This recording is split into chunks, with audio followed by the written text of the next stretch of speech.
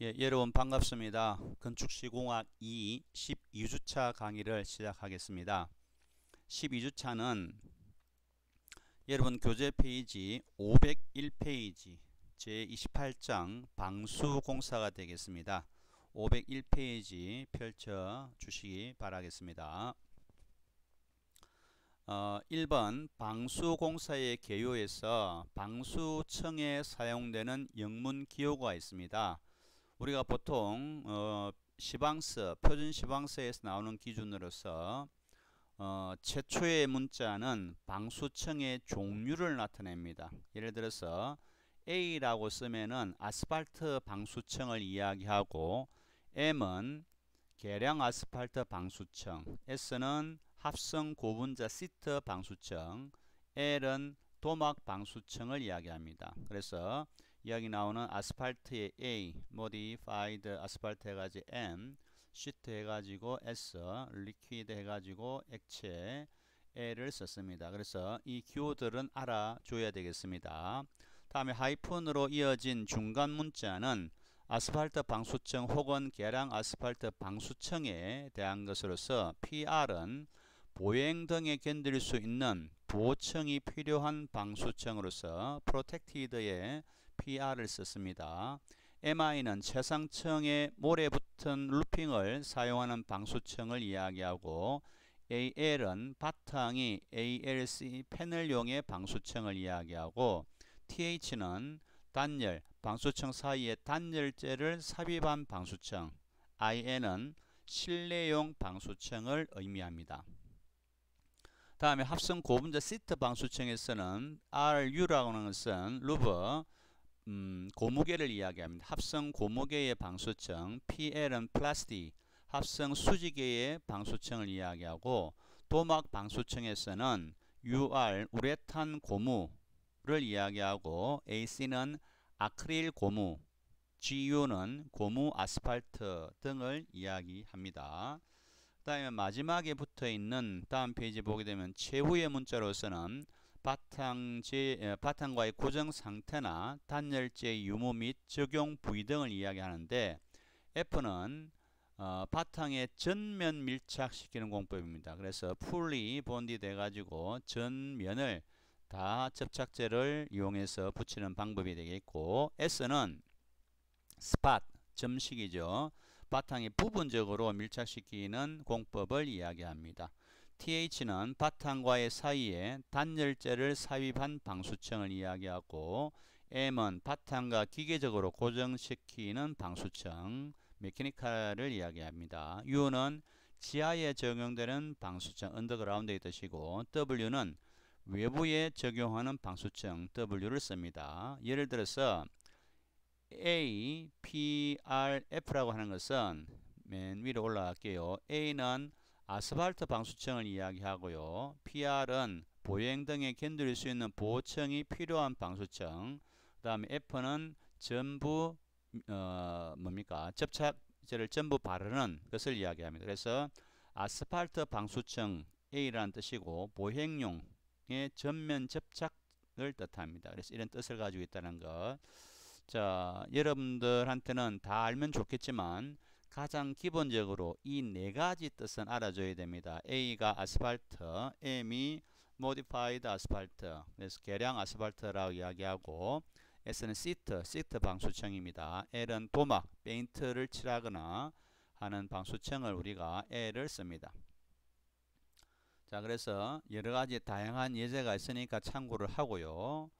자, 방수청이란 것은 어떻게든지 물이 빨리 흘러내려가야 되겠습니다. 그래서 경사가 중요한데, 이 경사를 지붕에서 물매를 하듯이 똑같이 물매라고 이야기를 합니다. 그래서 지붕 슬래브, 실내의 바닥 평판유, 아스팔트 콘크리트, 자갈 등으로 방수청을 보호할 경우에 바탕의 경사, 물매는 100분의 1에서 500분의 1 정도로 하고, 방수청 마감을 보호도료, 도포로 하거나 또는 마감하지 않을 경우에 바탕의 경사를 50분의 1에서 20분의 1로 합니다. 그래서 방수청을 보호해서 마감을 했을 경우는 물이 잘 흘러가기 때문에 조금 경사가 완만하고, 마감이 되어 있지 않거나 했을 때는 물이 빨리 흘러 내려가기 위해서 경사를 좀 더 급하게 합니다. 그래서 이 수치는 좀 알아둬야 되겠습니다. 완성 시에 시험이 있습니다. 방수공사의 완성 시에 담수 시험을 2일간 실시하여서 누수 여부를 확인해야 되겠습니다. 담수 물을 채워서 잘못된 부분이 틈이 있는지 크랙이 있는지를 확인하는데 2일 이상 2일간 물을 채워 넣는다는 것, 담수 시험에 대한 이야기까지 같이 알아주기 바랍니다. 자, 멤브레인 방수입니다. 방수 중에 하나의 방법인데 멤브레인 방수는 불투수성 피막을 형성하여 방수하는 공사를 충칭합니다. 나중에 종류가 나올 겁니다. 구조물의 내부와 외부에 여러 층의 막을 형성시켜 균열이나 결함을 통해 침입하는 물이나 습기를 차단하는 방법이고, 종류로는 아스팔트 방수, 계량 아스팔트 방수, 합성 고분자 시트 방수, 도막 방수, 앞에 나왔던 거의 대부분의 방수가 멤브레인 방수에 들어갑니다. 이 중에서 아스팔트 방수는 아스팔트 펠트, 루핑 등을 용융 아스팔트로 여러 겹 붙여서 방수 성능을 얻는 공법이 되겠고, 인건비가 많이 들며 방수 효과는 보통이고 보호 누름이 필요하다는 것, 다음에 아스팔트의 특성상 결함부 발견이 매우 어렵다는 것, 이 두 가지는 알아줘야 되겠습니다. 아스팔트 방수에는 보호 누름이라는 것이 필요하고 아스팔트의 특징으로 인해서 결함부 발견이 매우 어렵다는 이야기입니다. 크랙이 갔는지 안 갔는지 확인이 잘 안 된다는 뜻입니다. 자, 아스팔트의 품질입니다. 여러분들이 알고 있는 도로의 아스팔트하고 거의 같은 성격이라고 생각이 됩니다. 품질 결정 요인으로서는 침입도라는 것이 있고, 연화점, 정발 질량 변화율, 인화점, 취화점, 흘러내린 길이, 가열 안정성, 비중 등이 있는데 가장 중요한 것은 침입도입니다. 침입도. 그래서 하나하나씩 볼게요. 침입도는 아스팔트 경도, 딱딱한 정도를 나타내는 기준으로 아스팔트의 양부, 좋고 나쁨을 결정하는데 가장 중요하다는 이야기입니다. 그래서 이 침입도가 아스팔트의 양부, 좋고 나쁨을 결정하는 가장 중요한 요소라는 것 알아줘야 되겠습니다. 표준 조건 하에서 침이 10분의 1mm 관입할 때 침입도 1이라 그럽니다. 이거 중요합니다. 그러면 10mm 하게 되면은 10 곱하기 10분의 1이 돼 가지고 10분의 1mm니까 10mm가 되면은 침입도가 10이 될 겁니다.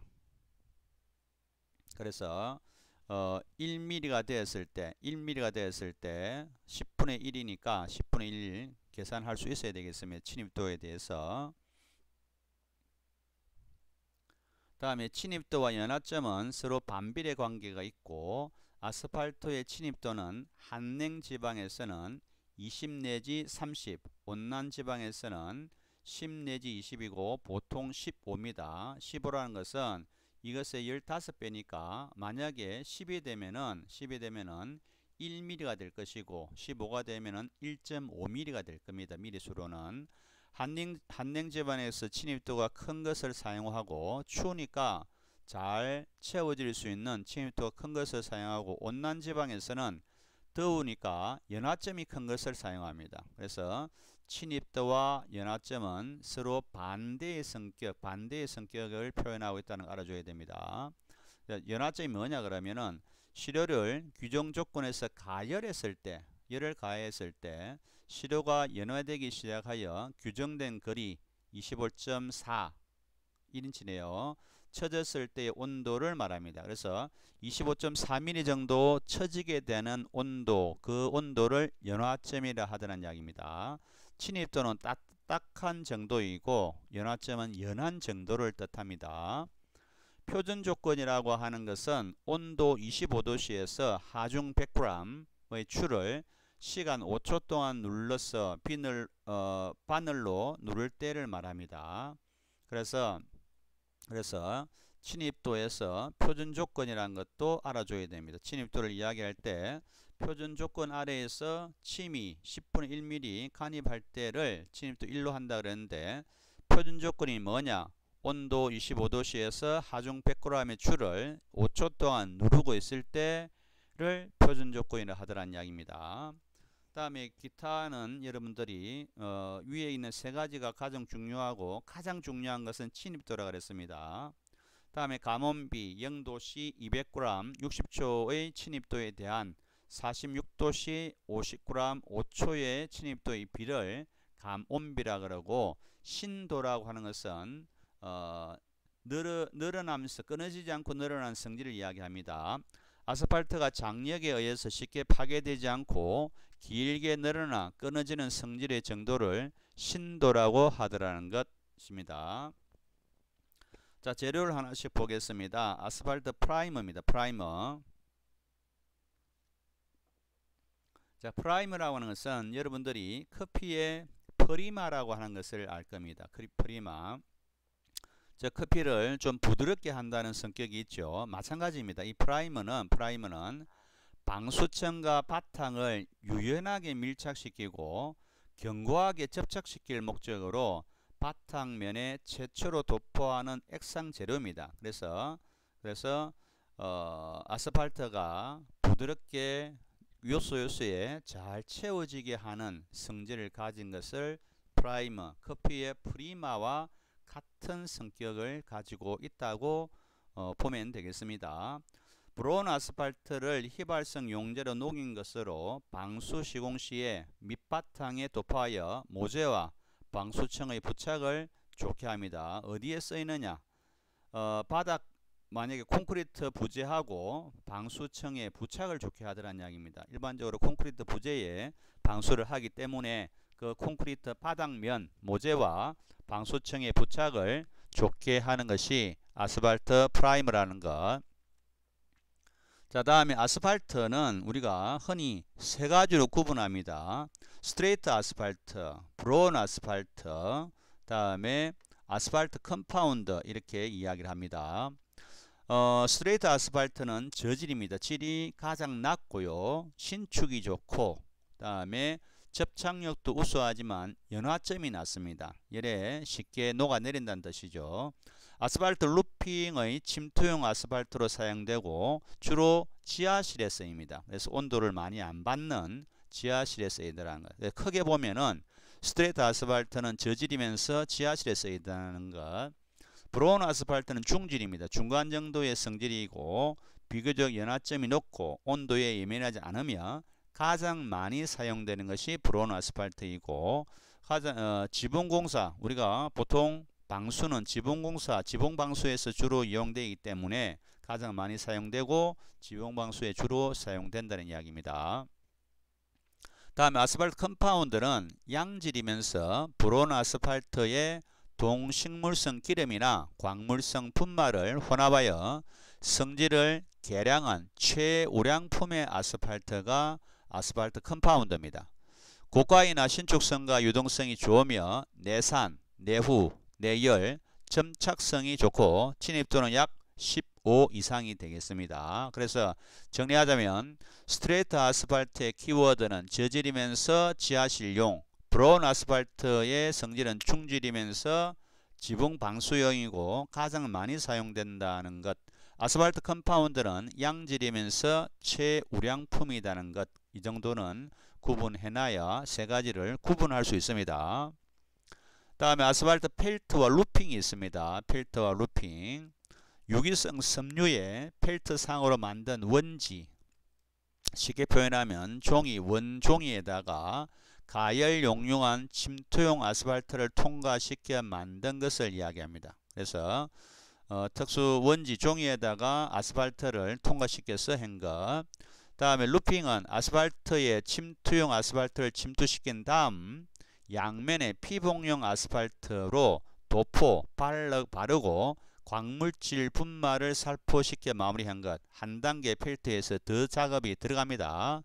특징으로서는 방수층, 방습층을 형성하기 위해 사용되므로 흡수성과 투수성, 물을 거의 흡수하지 않고 물이 스며서 나가지를 않습니다.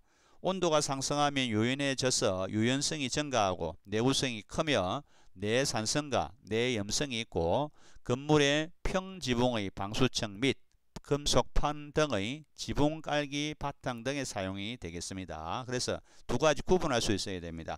아스팔트 펠트는 원지에다가 침투용 아스팔트를 통과시킨 것이고 루핑은 여기에다가 다시 양면에 피봉형 아스팔트를 도포하거나 다음에 강물질 분말을 살포시켜 마무리한 것이 되겠다는 것입니다.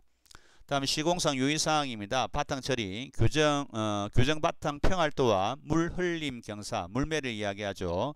물 흘림 경사를 유지해 줘야 되겠고 구석이나 모서리 치켜 올린 부분은 루핑재가 재료가 꺾이지 않고 부착이 잘 되게 하기 위해서 30 내지 100mm 정도를 둥글게 면적게 합니다. 그래서 이렇게 직각이 생기고 또 여기 모서리가 생기는 이러한 부분은 둥근 형태가 되어서 이 라운드가 30 내지 100mm 정도가 되고 이 부분이 이 직각으로 인해서 찢기는 현상이 나타나지 않게끔 하는 것이 중요하겠습니다. 그것을 우리가 면적기랍니다. 면적기.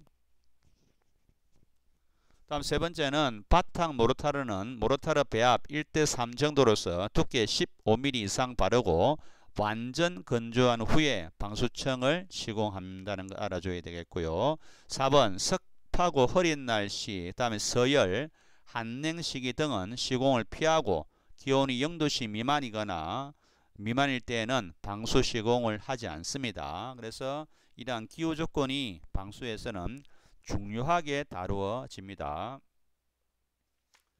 자, 다음은 프라이머 도포입니다. 프라이머 도포.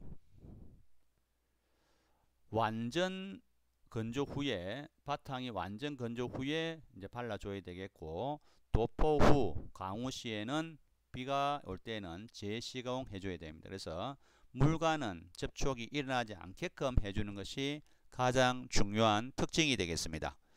자, 다음에 세 번째 펠트와 루핑의 시공상 주의사항입니다. 아스팔트 펠트 또는 루핑은 겹친 길이는 길이 방향, 긴 방향으로는 200mm, 폭 방향, 단변 방향으로는 100mm 이상 겹쳐야 됩니다. 그래서 길이 방향으로는 200mm, 20cm 이상 겹쳐야 되고 폭 방향으로는 100mm, 10cm 이상 겹쳐야 되겠다는 것. 다음에 퀸암 모서리 등에는 300mm 이상 덧붙여줘야 되겠고요. 구석, 모서리, 배수구 주위나 파라페 치켜 올린 부분은 1 내지 2겹 더 펴줘야 되겠습니다. 이 부분이 방수가 문제가 되기 때문에 구석이나 모서리, 배수구 주위 혹은 파라펫 치켜 올린 부분 등은 이 펠트 루핑을 더 발라줘야 되겠다는 것.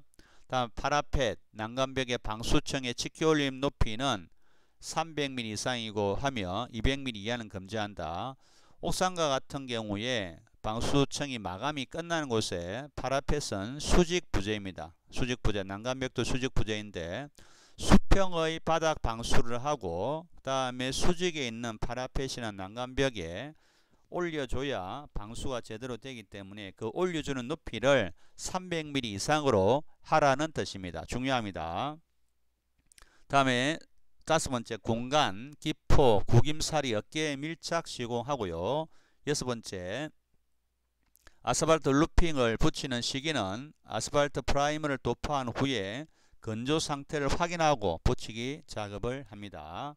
자, 여기서는 제일 중요한 것은 치켜 올림 높이가 300mm 이상이라는 것, 다음에 길이 방향, 폭 방향으로 몇 미리 이상 겹쳐야 되는지 이런 정도는 알아줘야 되겠습니다. 다음에 밑에 보게 되면 지붕의 신축 줄론입니다. 지붕의 신축 줄론. 기온이 오르고 낮아짐으로써 건물이 수축하거나 팽창하게 될 건데 그로 인해서 균열이 발생하게 되었을 때 방수층에 균열이 따라 발생하지 않게끔 줄론을 인위적으로 주는 것을 이야기합니다. 예, 신축 줄론은 재료의 팽창과 신축에 의한 균열 방지를 위해 설치하는 것을 이야기합니다.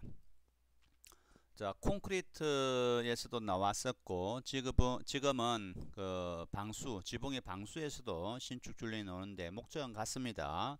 신축에 의한 균열 방지를 위해 설치하는 것이 되겠고, 현장 타설 콘크리트의 경우 시공 순서는 방수층의 완성, 단열재 깔기, 전련용 시트 깔기, 접착 테이프로 고정하고 콘크리트 타설 등의 순이 되겠고요. 평면부 콘크리트는 가로 세로 모두 3m 내외, 미리로는 3000mm 내외가 되겠고, 다음 페이지에 파라펫이나 펜트하우스 주변 지켜 올린 면으로부터 평면부 쪽으로는 0.6m, 그림으로 봐서는 600mm 내외의 적당한 위치에 신축줄눈을 설치합니다. 신축줄눈의 폭은 20mm 정도, 깊이는 누름 콘크리트의 밑면까지 도달하도록 설치를 하게 되겠습니다. 자, 시공 순서. 방수층을 세분하지 않는 경우에 옥상 방수층 방수입니다. 가장 기본적인 형태가 되겠습니다.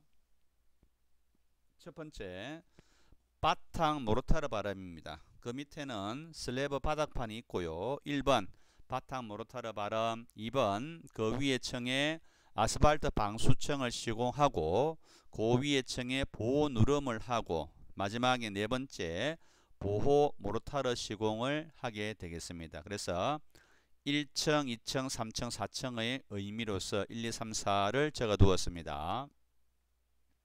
다음에 아스팔트 방수공사의 표준 시공 순서입니다. 공정에 따라 가지고 더 많아질 수도 있고 적어질 수도 있고 한데 가장 대표적인 표준적인 시공 순서입니다. 여기 밑에는 이제 콘크리트 구조물이 바닥판이 있고요. 그 위에 제1층 아스팔트 프라이머, 제7첫 번째 층은 아스팔트 프라이머를 도포합니다. 그 다음에 아스팔트 펠터, 아스팔트 루핑, 아스팔트 루핑, 아스팔트. 그래서 첫 번째 것만 주의를 해야 됩니다. 아스팔트 프라이머를 제일 밑에 깔고 아스팔트 필터 깔고 아스팔트 루핑 이런 식으로 올라간다는 것. 이 시공 순서도 알아둬야 되겠습니다.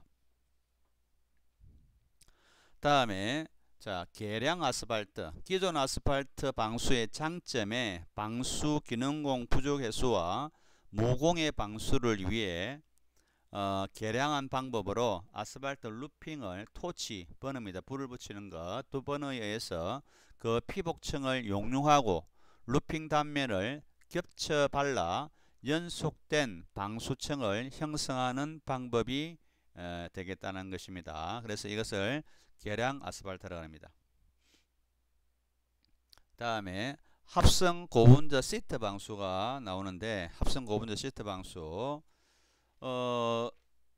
보게 되면 뒤에 내용이 좀 많아지겠네요. 합성 고분자 시트 방수는 먼저 개요만 먼저 읽고 정리를 하고 다시 앞에 돌아가도록 하겠습니다.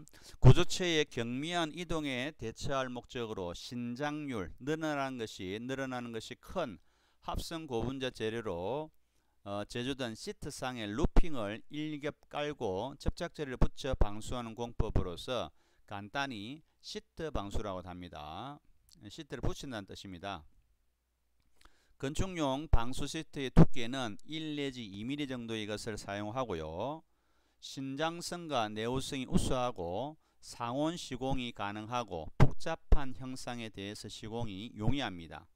방수 성능이 우수하고 시공이 간단하여 공기 단축이 가능하고 접착 불완전 시에 균열, 박리가 발생할 수 있고 두께가 얇아 시공의 파손이 우려되고 보호 누름이 필요하며 결함부 발견이 매우 어렵습니다. 그래서 이러한 특징을 알아둬야 되겠습니다.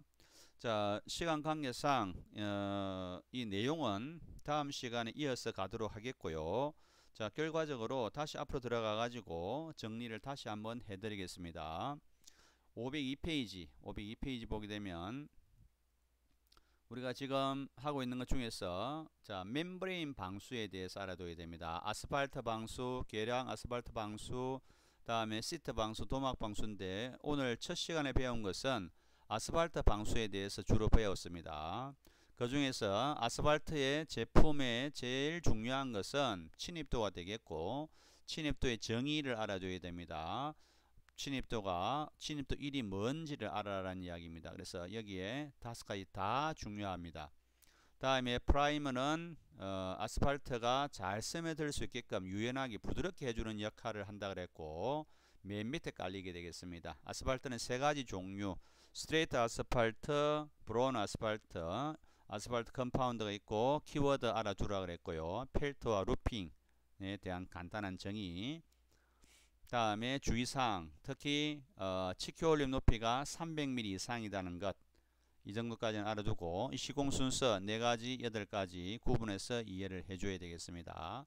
다음 시간에는 아스팔트 방수가 끝나고 합성 고분자 시트 방수를 다시 한번 더 정리하도록 하겠습니다. 수고하셨습니다.